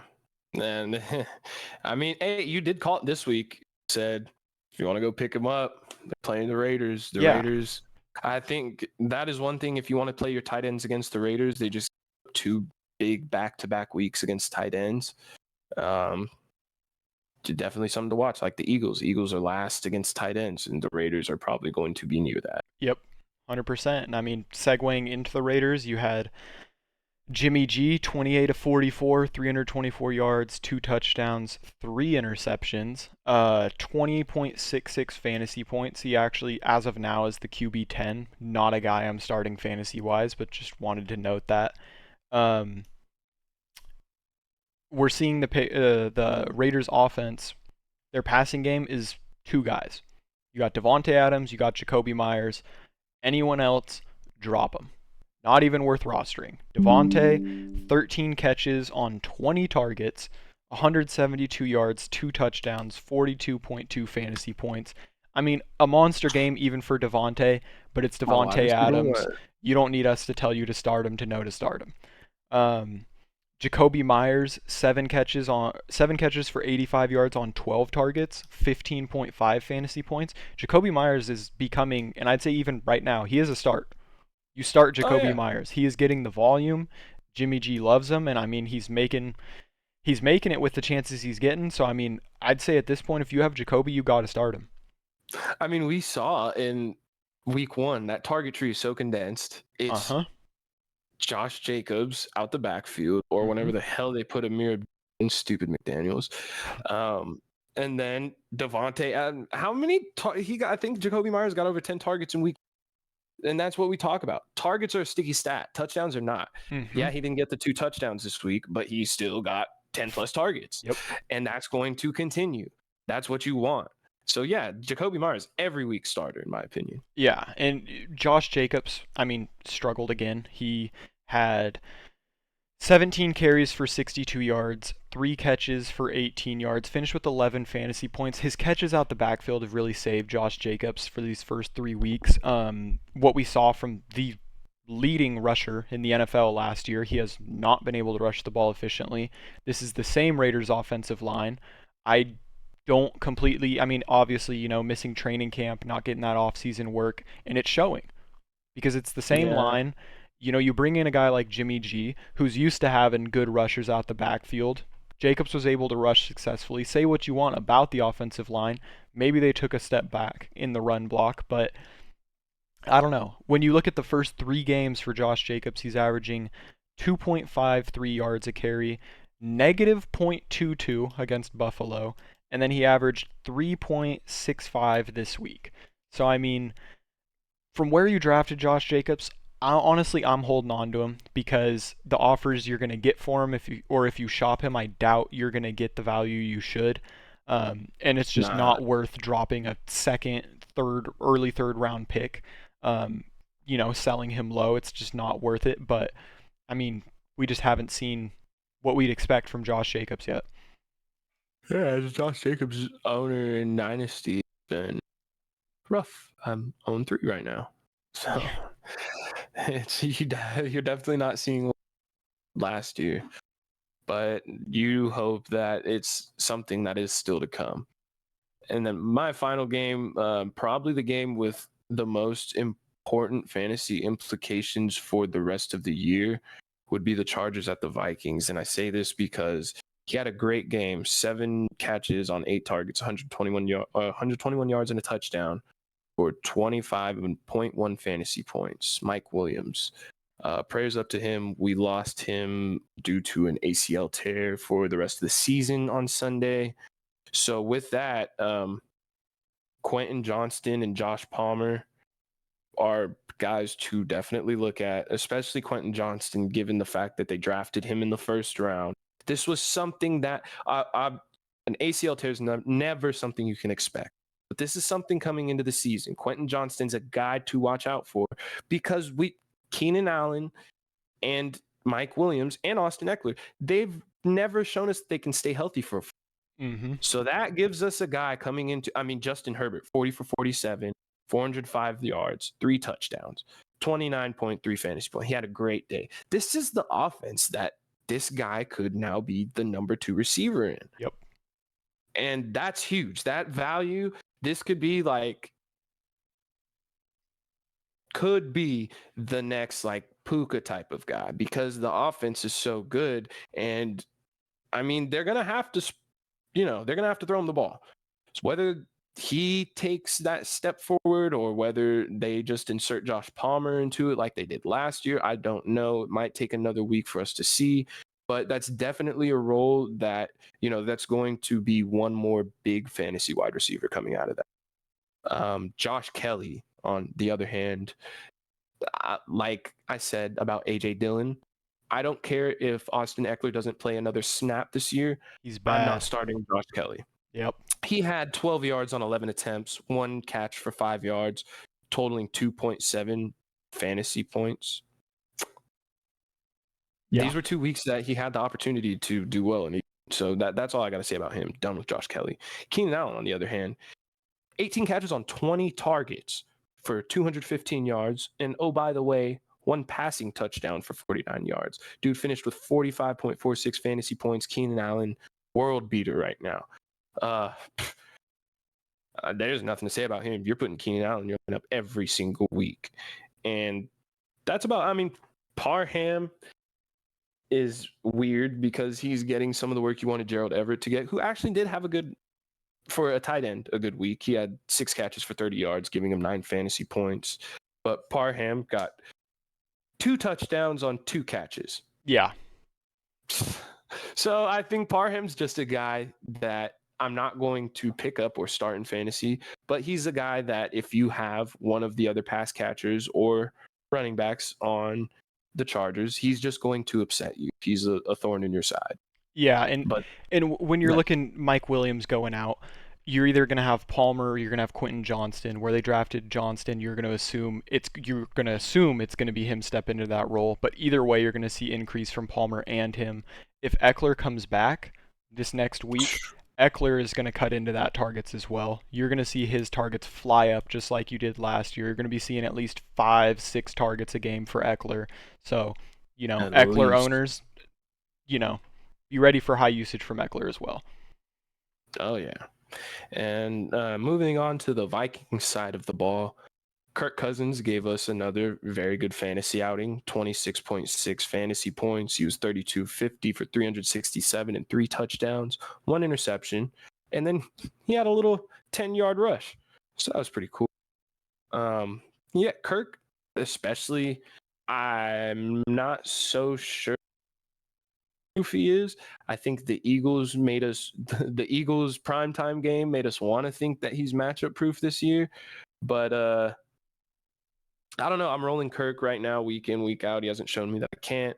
Madison, 20 attempts for 93 yards. He had 5 catches on 7 targets for 32 yards, finished with 17.5 fantasy points. Got very lucky that the fumble that he lost, the refs somehow gifted him. Even after the challenge. Somehow decided, even after the challenge, that was a fumble. So, hey, for guys who started Madison, that was good for you because they didn't take that away from him. Mm-hmm. But if you do have Madison, he hasn't looked the best. They just got Cam Akers. He's definitely going to start getting some work, eating into that role. Madison's no longer going to be a workhorse. So, bide your time. Try to trade him off this good week. Yep. Jettas is Jettas. I don't know what we need to say about him. He's Jettas. Yep. He 7 catches on 13 targets, 149 yards and a touchdown, 27 fantasy points. Jordan Addison, 8 targets, 6 catches, 52 yards. I'm loving this guy. He's going to keep, big USC fan. So I loved Jordan Addison coming into this. Wanted the Ravens to get him. Still happy we got Zay Flowers. But, yeah, Jordan Addison is going to just keep working more and more. And, KJ Osborne got the touchdown this week, so he finished ahead of Addison. But he only got 3 targets and caught one of those for that 36-yard touchdown. Addison got 8 targets. He's going to keep getting ramped up. If you have Addison, it's a guy I really like. And then Hawkinson. Hawkinson's a great tight end in this tight end wasteland. Finished with 8 catches on 11 targets, 78 yards, lost the fumble. So he would have had 13.8. This was a game that if you had the pass catchers, you knew you were going to get a lot out of them, and you did. Mm-hmm. And with the Vikings, you're for sure starters. Jettas, Hawkinson. honestly, Kirk Cousins, due to, Dalvin no longer being there, that pass game has just exploded even more. I'd say Kirk Cousins is almost an every week start. Jordan Addison, if you're in a 3 receiver in flex league, he's probably getting a start for you. Madison was, due to him being the workhorse, and I'm still starting Madison next week, but I am seeing, how much Cam Akers gets used and how quickly they start using him, because he definitely is going to eat into that backfield. Oh, 100%. But yeah, and that'll finish with that. I think with that, we're going to go into Monday night previews and started off with the Eagles at the Tampa Bay Buccaneers. Mm-hmm. So the Bucs are 2-0. Yep. I'm not quite sure how good they are. We have an idea of how good the Eagles are. Coming into this game, I really like A.J. Brown and Devontae Smith, of course, especially. I think A.J. Brown might be a little of a squeaky wheel game. Didn't get the production that he wanted the last game. They said that the argument that him and Jalen Hurts had on the sideline had no relation to that. But we'll see when it comes to the target distribution in this game. I'm starting my Eagles, Jalen Hurts, A.J. Brown, obviously, Devontae Smith. If you drafted Dallas Goedert, you're still starting him. You're hoping for, I mean, you have to realize, though, it might not be the same as last year. They don't have the same offensive coordinator. Shane Steichen might have liked Dallas Goedert and getting him involved a lot more than they do now. So that's just something that you have to take in stride and see how it goes. But we're only 2 weeks in so far. So this week, at this point, there's only 2 games left. You don't have much of a choice. So you're starting Dallas Goedert, DeAndre Swift, you're starting. And then we're just watching this backfield this week. With Gainwell back. Gainwell's back and healthy. So we're going to see how those snaps get split up. I think Boston Scott's still in concussion protocol. Mm-hmm. And Rashad Penny, they're not going to use him unless they absolutely have to. Yeah. So as far as the Eagles side of the ball, that's about it. But the thing to watch out most for is the splits between the running backs this week. Yeah, absolutely. And going to Tampa's side, Baker Mayfield's looked good. Obviously, I wouldn't say a fantasy star by any means, but he's looked solid from what people expected in Tampa. Rachaad White is going to have a really tough matchup this week. He's probably going to get those passes out the backfield, so that can save you fantasy-wise. And like he said, any of these guys, if they're in your starting lineup, you're having to start them because there's more than likely no one else to put in for him. So Rachaad, I'm looking to see how he does this week. That Eagles D-line is scary. So we'll see. Honestly, his over-under fantasy points, I'd probably put it right around 10. If he can get you, maybe even 9, 8.5. If he can get you 9 plus fantasy points, I'd say it's a solid week. And again, that's really going to depend. Catches out the backfield, that could really help. Mike Evans, we're going to see. The Eagles have James Bradbury back. They said they're going to run him in the nickel. You're going to see a lot of Darius Slay and Mike Evans matchup. So we'll see. Mike Evans, probably one of the hottest receivers in the NFL, just because of people worrying about Baker. Can he get Mike Evans the ball? Well, he has, to a very high degree, so we'll see what he's got. Chris Godwin, he's kind of taken a back seat to Mike Evans in the Baker Mayfield targets and yards, touchdowns, really everything. So we're going to see as well. But it's a tough matchup. They lost Avonte Maddox, torn pectoral muscle. So, their secondaries hurt a little bit, but they get James Bradbury back. Him and Darius Slay combination, it's one of the top in the league. So we're going to have to see about that. And then you have Cade Otton, who we're pretty high on. We're going to see, if there is one weak spot on the Eagles, it is that tight end spot. They're just bringing in vets like crazy. I'm pretty sure they brought in Zach Cunningham. So that's their one weak spot on that defense. So we're going to see about Cade Otton. Through 2 weeks, they're dead last against tight ends. Yeah, and we're going to see, I'm sure you'll agree with this, this is the test for the Bucs. How serious are the Bucs? How can this offense do against this defense? The Bucs defense has shown that they can be solid, but this is a high-powered Eagles offense. Just all the way around, this is going to be a tough matchup for the Bucs. So, you have guys like Mike Evans, you have guys like Rashad White, Chris Godwin. You're starting them, but manage your expectations because it could be a tough week. Yeah, and I don't really have too much to touch on there. Just the K. Otten thing is the guy that I'd watch just based on the Eagles' performance against tight ends. Mm-hmm. And with that, moving on to the next. Unfortunately, we have 2 Monday night games again this week. I hate that they're doing that. Mm-hmm. But we have the Rams at the Bengals. And as of right now, Joe Burrow is set to play. Mm-hmm. But if you have Joe Burrow, definitely keep an eye on that. If you had rostered Matt Stafford or had a chance to roster Matt Stafford, that's good. Like if Burrow doesn't play, you can make that last second pivot. Other than that, just keep an eye on it because the only other quarterback I think you'd be able to pick up is Baker Mayfield before the 4:15 game. Mm-hmm. So it's dicey. Just pay attention. Or you roll Jake Browning. If Burrow is out, if Stafford's not there, that could be your only option. You don't have a choice. Yeah, that's literally it. But yeah, as far the pass catchers in Cincinnati, if Burrow doesn't play, they're still gonna have to throw the ball. There's still gonna be some temper your expectations. But for the Rams side of the ball, I love Stafford this week. Mm-hmm. Lamar was able to throw for, I think it was 232 against the Bengals and 2 touchdowns. Stafford only has 1 touchdown so far. Definitely can see him getting multiple this week. I like Puka. I like Tutu Atwell. I don't like Higbee so much. I like Kyron Williams. We'll see how they do. This Bengals team is searching for identity right now in an 0-2 hole and lost to both division rivals. So they need a win. They're going to be digging deep. I'm curious to see how the Rams offense performs in this one. You love Van Jefferson too, right? Absolutely not. Yeah, we hate Van Jefferson. And like he said, the Bengals, we're going to see with Joe Burrow.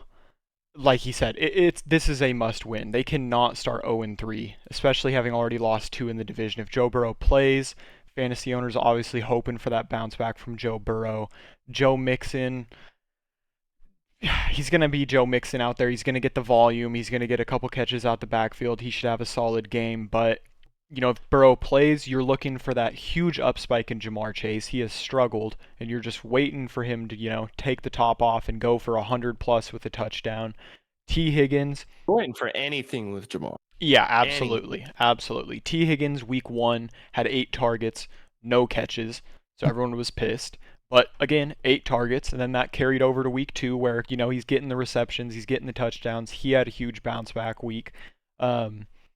So if Burrow plays, which, they said he is scheduled to play, I think you are really praying for that Jamar T. Higgins bounce back. Tyler Boyd's a guy that's going to sit on your bench. I would not start him just yet. I hadn't seen this until right now. Irv Smith is doubtful with a hamstring. So Irv Smith out, that even increases more, yeah, of those receivers. So maybe at this point you're not starting Tyler Boyd, but I think we could see some Tyler Boyd targets out there as well without Irv Smith. It's just one of those we're going to have to see. Burrow hasn't shown anything this season. He signed that huge contract. People drafted him high in fantasy. He's been great since he's been in the NFL. So you'd assume at some point he's going to break out of this slump. But, we don't know exactly how lingering that injury is, how much it's really affecting him. So, I guess we're going to see it tonight. And the worst part, there's a high chance of re-injury. Yep. The big thing was they didn't want to play him this week because, if he re-injures it, you lose Joe Burrow for like 5-6 weeks, and they're already in. If they happen to lose tonight, an 0-3 hole, that could be catastrophic. But yeah, I don't have too much to touch on as far as that.